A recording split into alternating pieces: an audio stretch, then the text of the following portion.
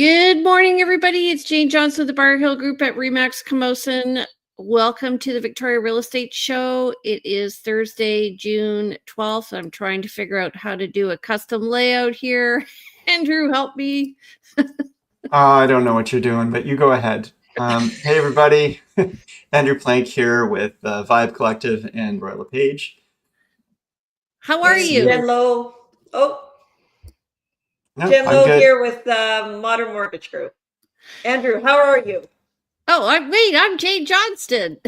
I think we already did that. We're going in circles. Should I start again? Welcome oh my gosh. Okay, good start. Good start to this one. How is everybody? I am doing okay. I am tired. I know Jane said she's tired. Jen, are you tired? Sure. Yeah. Okay. I'm tired too. It's just if we were gonna jump in the lake, would you jump in the lake? I'd never jump in the lake.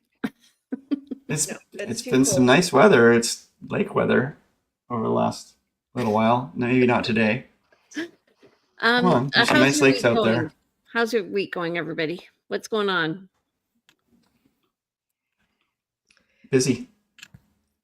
We've had a number of people I'm finding it really hit and miss. So we've had some listings where we've had sales go through, people asking lots of questions, good questions. We're doing our due diligence on the buying side, but we're finding that it's a bit hit and miss these days. The market's a bit different than it was a few months ago.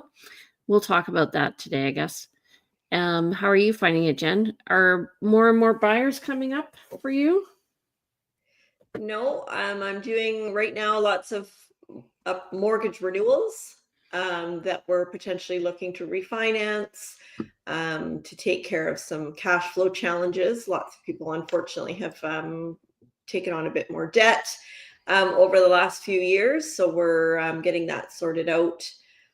This week's also been busy trying to figure out this new GST rebate for first-time home buyers and what that looks like. Right now, there's a bit of confusion as the rebate, it's a rebate. So, which means then that you cannot finance the GST with your mortgage. Previously, we used to be able to do that.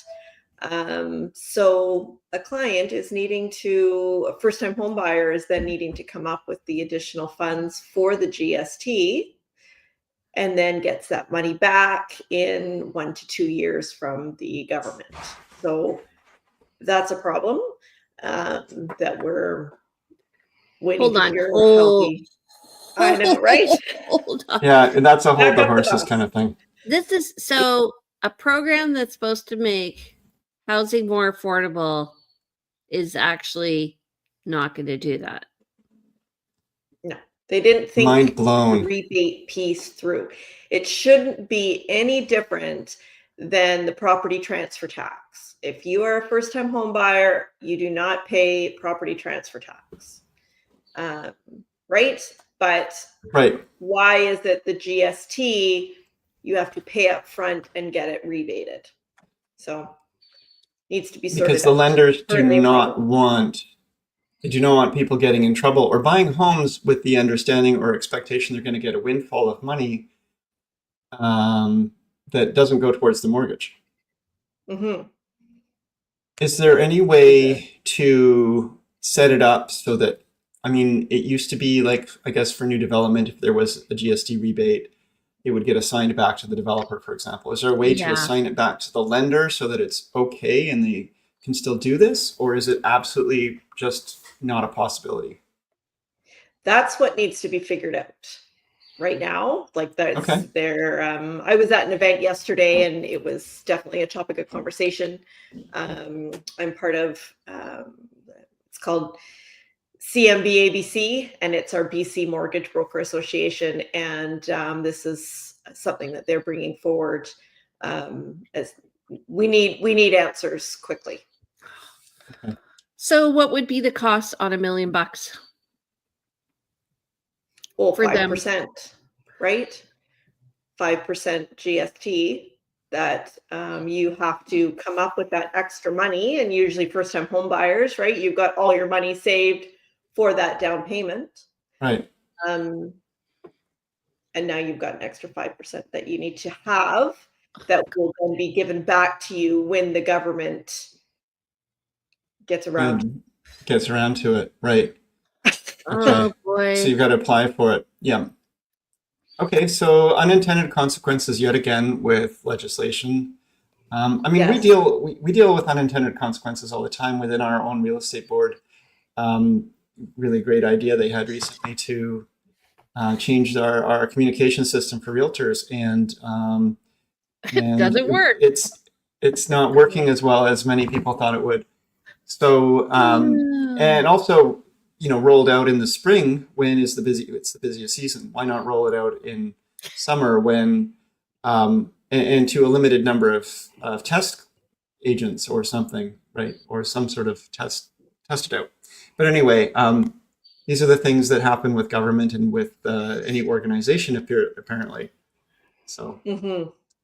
Yeah. So, but it also, just to speak to that, because that is a big deal. What it's saying really, the reason why there's an uprising in the Victoria Real Estate Board is because people actually care.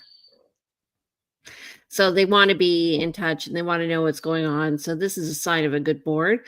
And my understanding is that the board was actually kind of overpromised and under-delivered. It's not the board's fault. It's the company. There's a lot of factors that went into it, but let's go. Yeah. And so there were a lot of factors that went into it. I'm sure there's a lot of factors, maybe not, that went into the decision around the GST. But the GST idea, obviously that problem that's coming up with the GST, I guess the politicians didn't talk to the banks and realize or understand that the banks are going to be a little conservative about this and definitely not want to see. This is the same kind of issue where banks don't like to see buyers negotiate money back on closing from a seller. So say they've agreed to some sort of money back for repairs because you need new carpets. The lender does not want to do that because they don't want the buyer to be being loaned money that could be just seen as money in their pocket. Right. Well, it is money in their pocket because it's if they get a $20,000 rebate from the seller, which allows them to buy the home or whatever. Exactly. It's fraud, actually. Exactly. It is fraud. Yeah.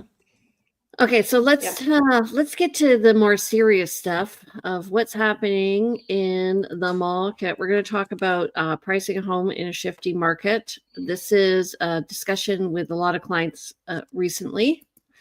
But first, let's go through the mortgage update with Jen Lowe. What's happening, Jen?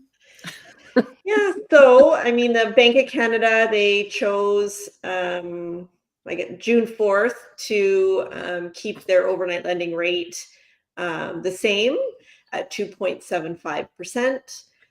We are expecting 2 more rate cuts, however, this year, but inflation is a concern, and that's being watched closely. Fixed rates, they've been rising a little bit.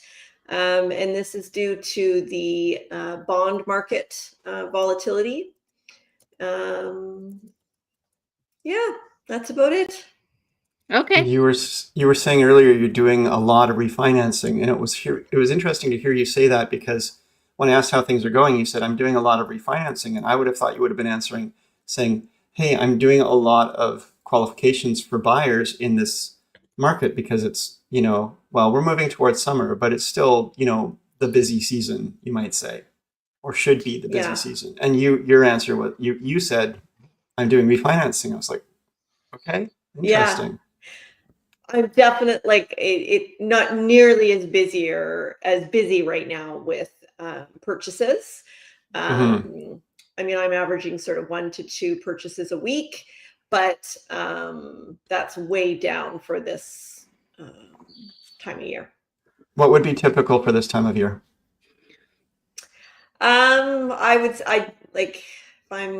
say closing 8 to 9 purchases a month. Wow. Okay. So you're about half is what I'm hearing. Yeah. Okay. I have a question. Do people tend to go with their original lender?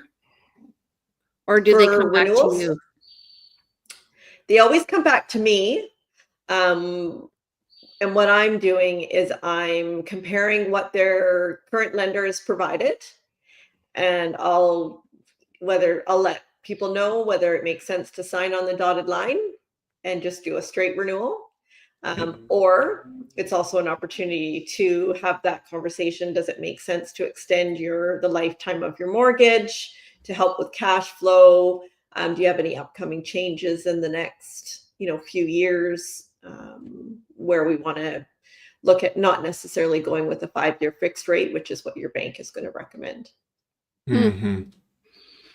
Still, so what is a fixed rate right now for? It depends on, like, for a purchase right now, a fixed rate is around 4.14 for your minimum down payment. If we're looking at a 20% down payment, that's about 4.44. 3-year fixed rate right now, 4.29. So that's, I Right. find very interesting as well, that shorter term fixed rate, which I like to call a good hybrid product, as it's giving you that security in certainty and knowing what your payment's going to be for 3 years.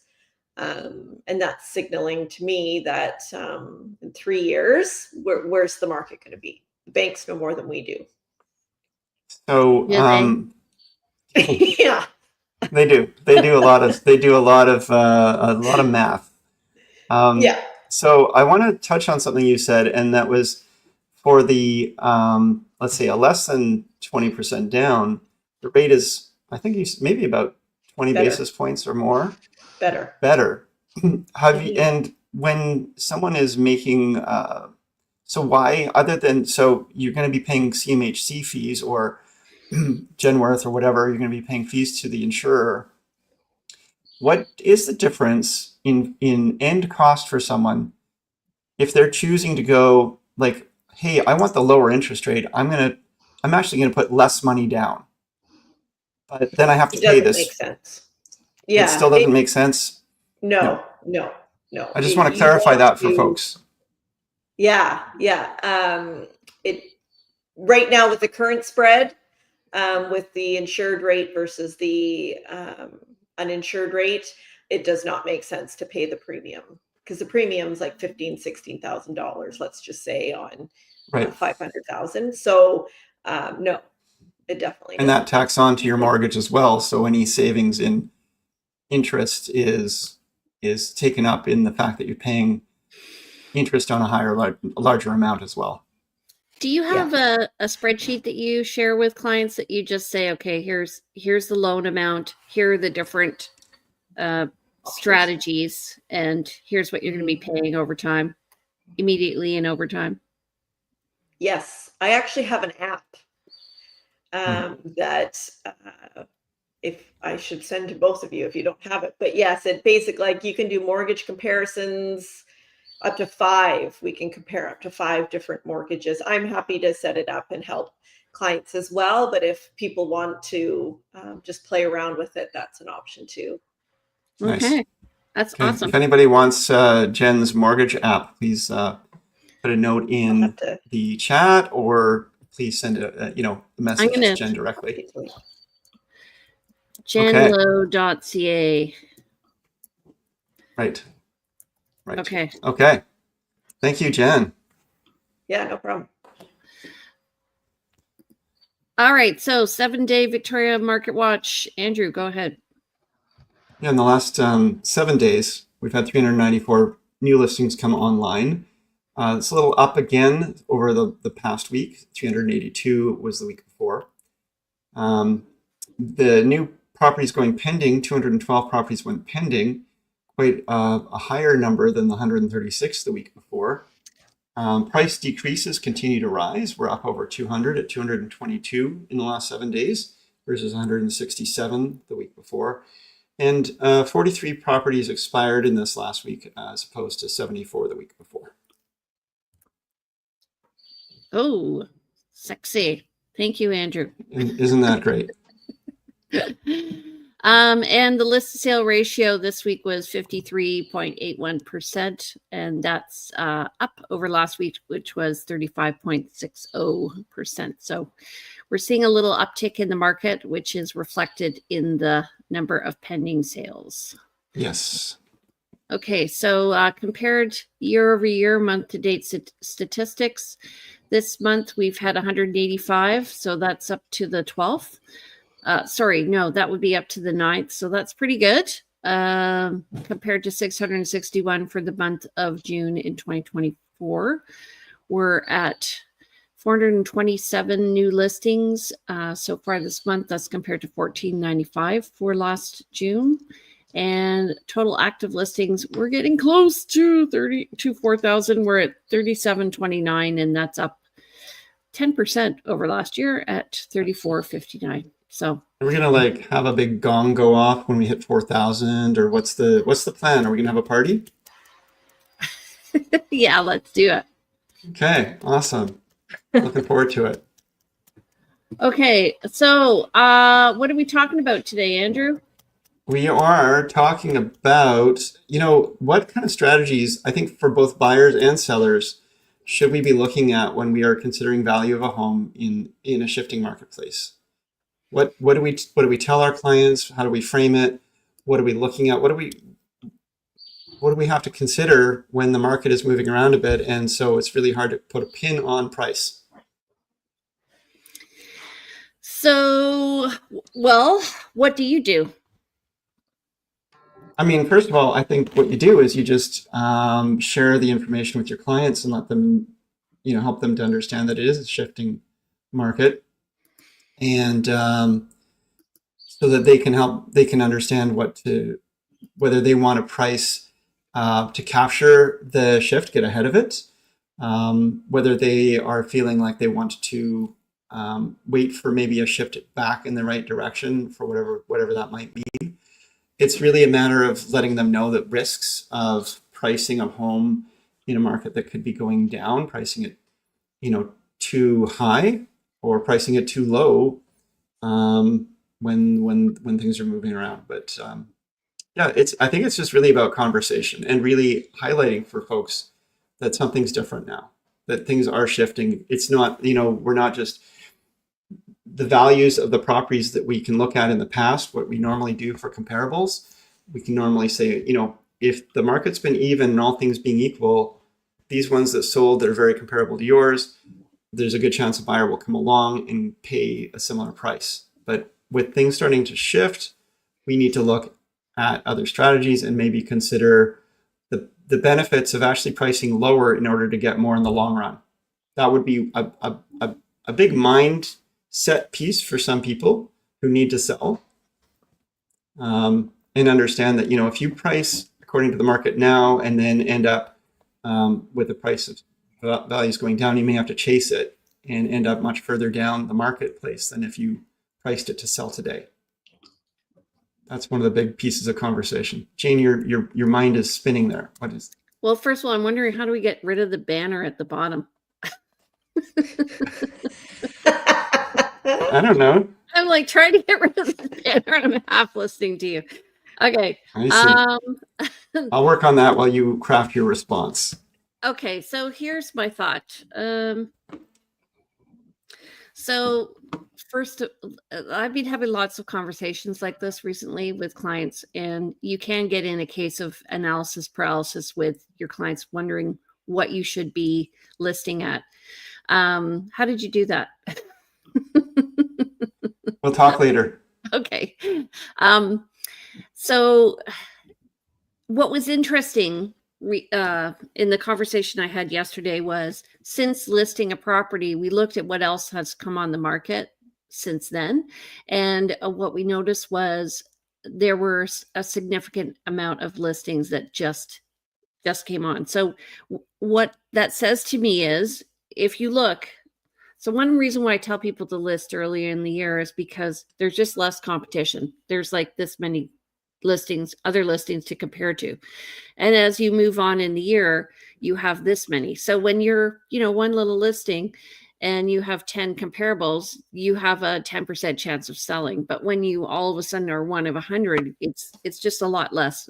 The chances of you selling for what you want are, because people have choice.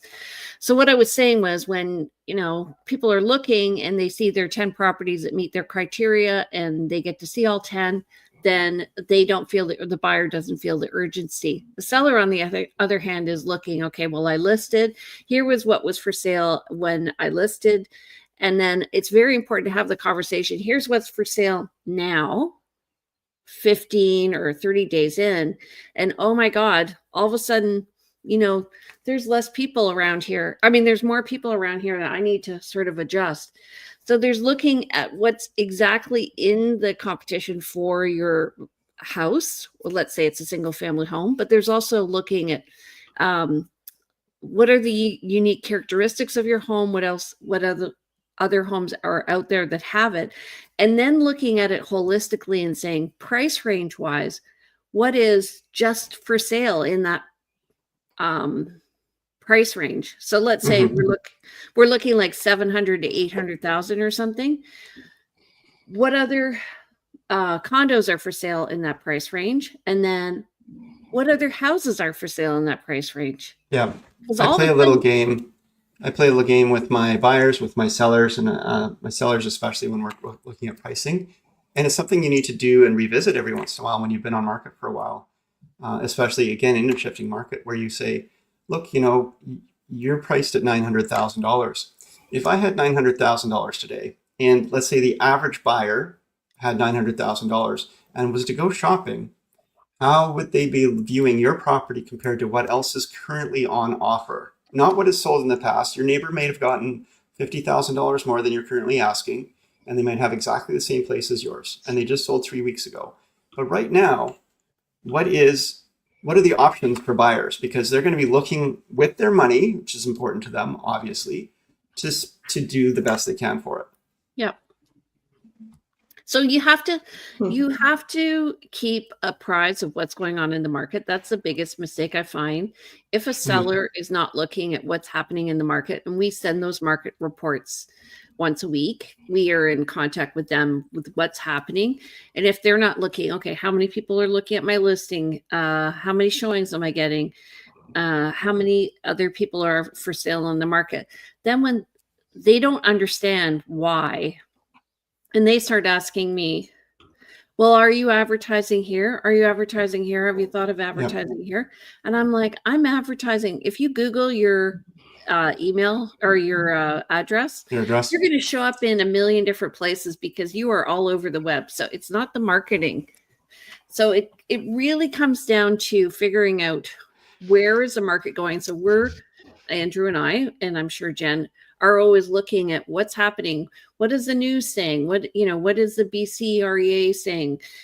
What is the Victoria Real Estate Board saying? What are other realtors saying? We go to parties and we're totally boring because we all talk real estate. How's it going for you? Those are fun parties. I think that we need to talk. I mean, there's a balancing act here too, because there's also sometimes all the doom and gloom messaging that comes up, and consumer sentiment is something we really need to take seriously. But there are micro markets, there are things that can happen, and part of our job too, is helping our clients understand this too shall pass, or the difference between this too shall pass. Okay, there's been a bit of a blip in the market. It's very likely to come back. You're probably okay to hold, stay on target. But on the other hand, everything's kind of telling us that this could be a long-term shift, and you may want to get ahead of this, because otherwise you may not end up not even being able to sell. Yeah, so I find it interesting when we're talking about interest rates, because I find whenever there's a lowering of an interest rate, there's a bit of optimism in the market.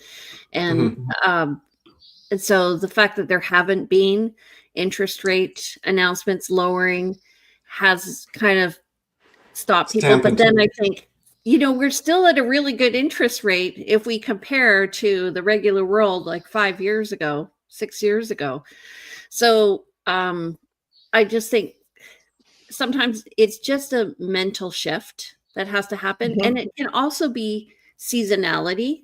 So it can be, it's the time of year that you have to look at what is the overall activity of the market that's happening. Like, are we really in a spring market? It feels like we were in a spring market. We had an early spring market. It feels like we hesitated.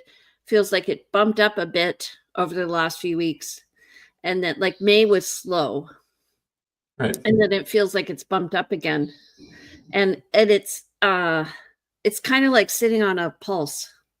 You're going up and down, waiting. And part of it is, what is a product that you have that you're Right. selling is when you're talking about the micro market. And the thing about the micro market is that's a really almost impossible thing to predict or watch for. So I know people want to, list and get as much as they can for a home and try to, sell at the peak and then buy at the low, and, taking micro markets into account and so forth.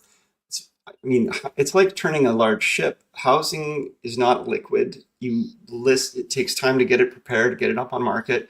You could miss out on a beautiful, maybe that one weekend you had 5 out of 10 buyers happen to be in town, and a bunch of properties come off the marketplace, and they're all there's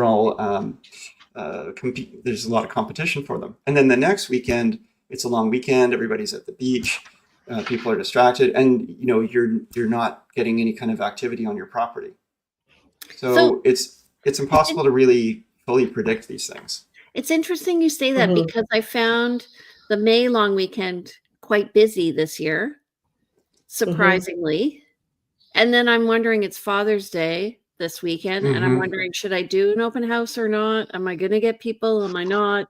Are people going to be together? Like, is it a good idea or not? It's really, so I was saying to my husband, like, we're always negotiating time and money, dates and money. Like sometimes the date for a purchase, I just sold a place and both the buyer and the seller wanted to complete in September. I'm like, this is a match made in heaven. How unusual is this? But it's, and those sellers who are becoming buyers are figuring the market's going to go down. So they're happy with a long closing because they want to buy in the down market in the fall. Right.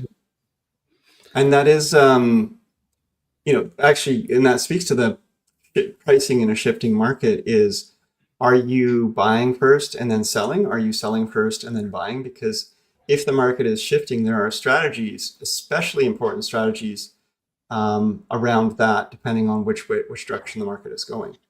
So in a market that's rising, what do? Buy first or sell first? You buy first. Yeah, because you're going to get more for your home down the road. And so that can be hard for people who can't actually afford to buy first. But if you are in a financial position of being able to do that, you're more than likely going to benefit from that strategy. And the other way around, if the market's going down. So, the best position, which is such a hard position to be in, is to not have to sell or buy. You're selling or buying because you want to. It's a preference. Because when you're motivated to sell, so the thing I tell people, especially when they're older, like you want to sell before you have to sell. You want to make these decisions. It's like go to the bank to get the loan before you really need the money. Yeah. Yes. But it is, true. That it is hard in a shifting market, again, where you go to sell your home and then you've got an unconditional agreement to sell your home, and then the market suddenly takes off. You're competing against properties. You're not winning on those competitions. And 3 months down the road, 4 months down the road, you still haven't found a home, and prices have gone up by 5%. And now you can no longer afford to buy a home even as good as the one you just sold. Those are things that you got to really, really watch out for in those shifting markets. I don't think we're shifting that way, though. I think we're shifting the other way. I think. No, but I'm talking in generality for sure. Yeah. I think right now people need to just realize, I think there are a number of factors that are coming in that say that the market's going to go down. So really, Well, the BC real High estate inventory. economist is saying that the market's slowed down. I'm Mhm. thinking if I highly doubt actually that we're going to see 2 interest rate drops. I know that they're thinking that, but if inflation is up, I don't see interest rates going down. I don't know. And I see the number of listings going up. That's another sign that prices are going to go down just because there's going to be more choice. So people are going to, well, you know what? If I don't want your place, I can go to the neighbor's place. I mean, I was doing an open house the other day on a street where the same, slightly different house is for sale. We both did open houses at the same time. People were going literally back and forth to 2 houses. I got an offer on mine, which we did not accept. And I sent a note out to the realtors, and the other realtor said, "Send them my way. We'll take us up to the sale." Like, Yeah. so Yeah. and it speaks to the seller's motivation as well, right? So that seller is more likely to take a low ball offer than my seller. So speaking of shifting markets, and when things are starting to slow down and not looking as positive, one of the things that I've observed over the years, and I think it's followed up in the data, is prices tend to go up much more quickly than they come down. We had during COVID, there was a big fear spike at the very beginning, and prices dropped precipitously to begin with, and then they just came roaring back. But overall, sellers are less likely to drop their price than buyers are to increase their price. When you see somebody so we see that prices, when the market turns to slow down, sellers will choose not to sell rather than take less quite often. If they have the opportunity to do that, I talk to people about that all the time. So like, if somebody's like, I need to sell now because I'm moving for my job, that's one thing. That is If one thing. they're like, you know what, my kids are growing older and we need more space to fit them in, that's a different thing. Or we want, sometimes, I think we talked about this last week. Sometimes I see people who are, they're just going through a rough time. Either their mom needs to come in with them, or perhaps, their kids are going to university and things are shifting and their cash flow may be different and all of that. So really trying to help them figure out, is this a short-term decision? Is this a short-term pain or a long-term one? And then, yes, do you have to sell? Right. No, yeah, you're right. And the person who's owned their home for 25 years and, sure, their number on paper for the value of it went up higher at some point in the past, and now it's a little lower perhaps, but they're still willing to sell. They know what they want to do with the money. They've got a place to go with it. Those people who bought at a higher price point have a harder time selling at a lower price point. And those people who are, having plans to do a certain thing. But people do also, it takes some time, but people do have to always be reminded of, I think, what is your end all intention here? What's the cost of staying in the same home for the next 5 years, and not getting on with your life? And is that value going to be subjectively worth spending the money of the less for your home that you might get today than tomorrow? So let's just talk strategies here. So you have to sell your home now. We're in a declining market, let's say, or, it's at least flat. I think we are flat. And I agree with that.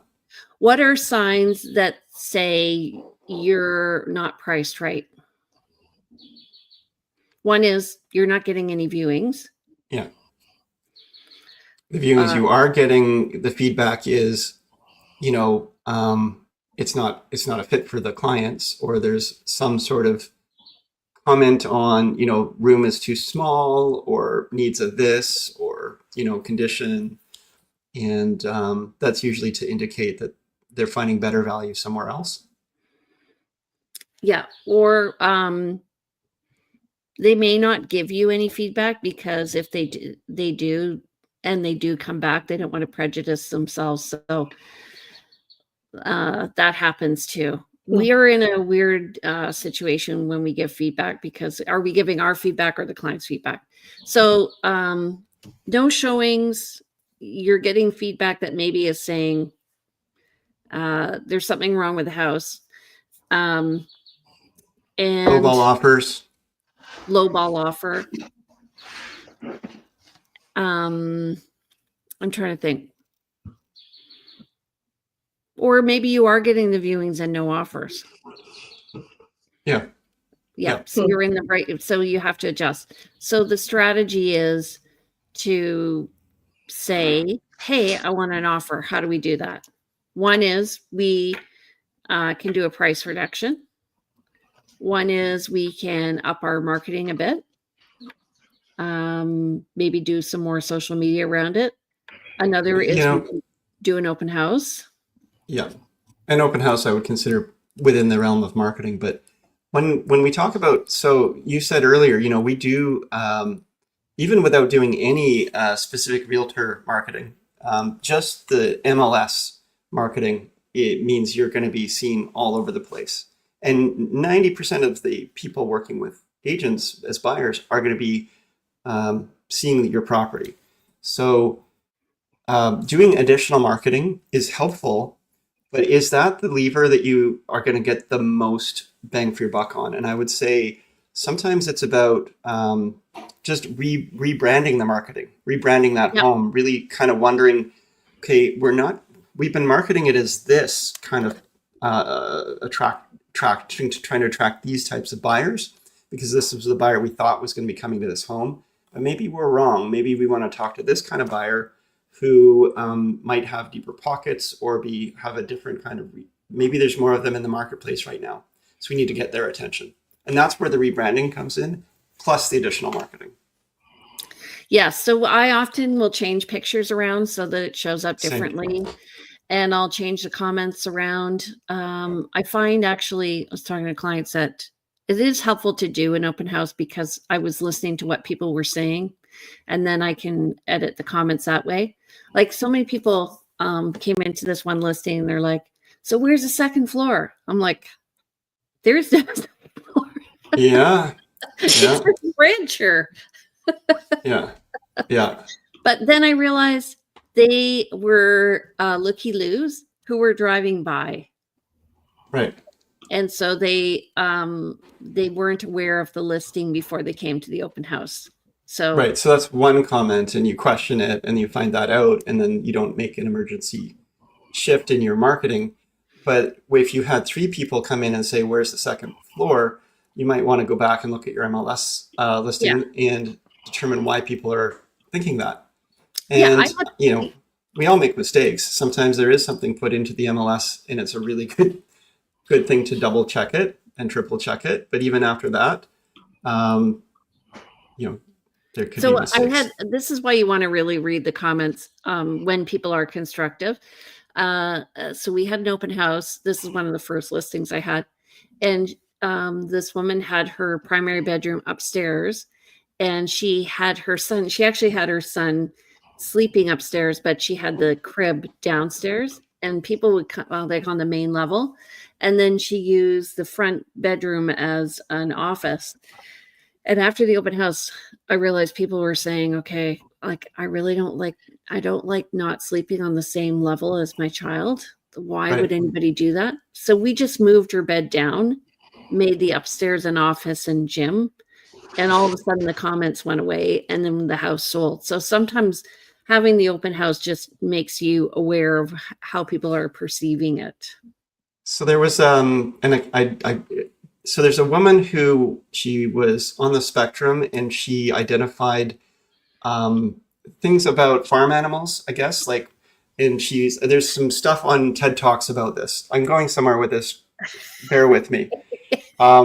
She identified like animals that are going through the corrals, and they're being, sent through the various maze of stuff, and they're stopping, and there's a certain point where it's blocking. And she's able to kind of say, well, you know what, there's a flag that's flying across the way there, and it's catching their eye, it's distracting them, and it's causing this whole line to stop. And it's actually fascinating if you listen to her, because what she's doing is she's perceiving things that maybe somebody else might not perceive. And they're on the unconscious level for these animals. But that's the same for us. We're animals too. We're going through a home and you see something on the wall that the seller has put there that's a personal item. And suddenly they are going down some memory lane or having some emotional reaction to it, positive, negative, whatever it is. They leave and they're not thinking about the house. They're thinking about that event. And That's so true. that crib on the, 2 floors away from the main home, you're saying this person doesn't love their baby. You're saying this person is not a good person. I don't want to buy from this. Like, I don't even want to deal with these people. Yes. And it's just yeah. It's a great example because I remember going into a house and the top floor was pristine. It was beautiful. And downstairs it was a shite show.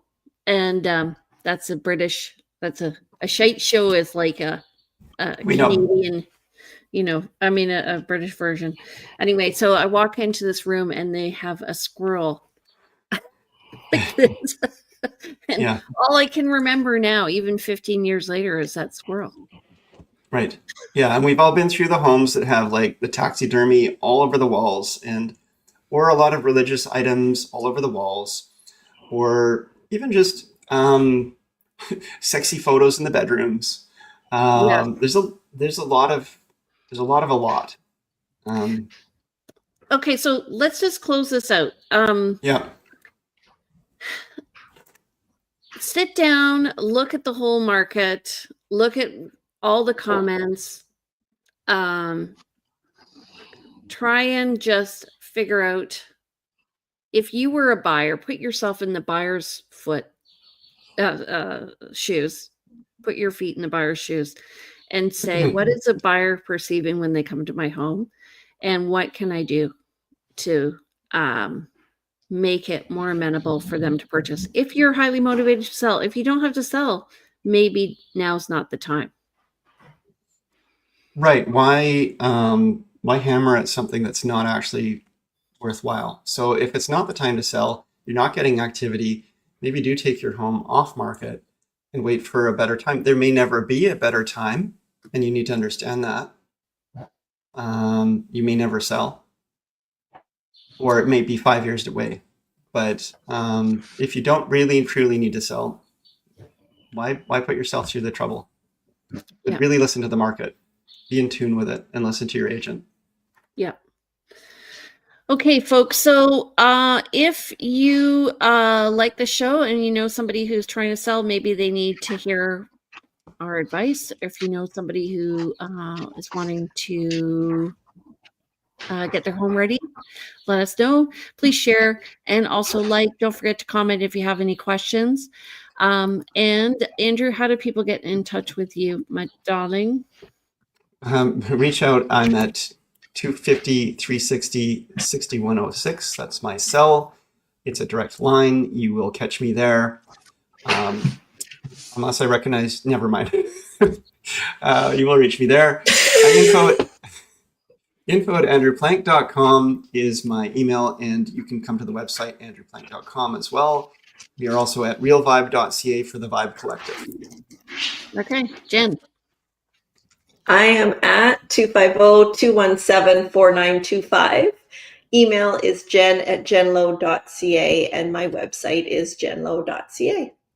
All right, and you can reach me with our new branding at the Briar Hill Group. My number is 250-744-0775. My email is jane@briarhillgroup.com, and you can visit us on our web at briarhillgroup.com. And don't forget to follow me on Instagram at realtyteacher_remix_Victoria. And I'm happy to say that we got our Facebook back. Yay! Oh, good. Yeah. Oh, good for you. Good for you. Yeah. All right, I got to go to another meeting. So we'll see you next week. Don't forget, we are on every Thursday at 9:30. We'll see you then. Take care, everybody. Have Bye, a great everybody. week. Thanks so much. Bye.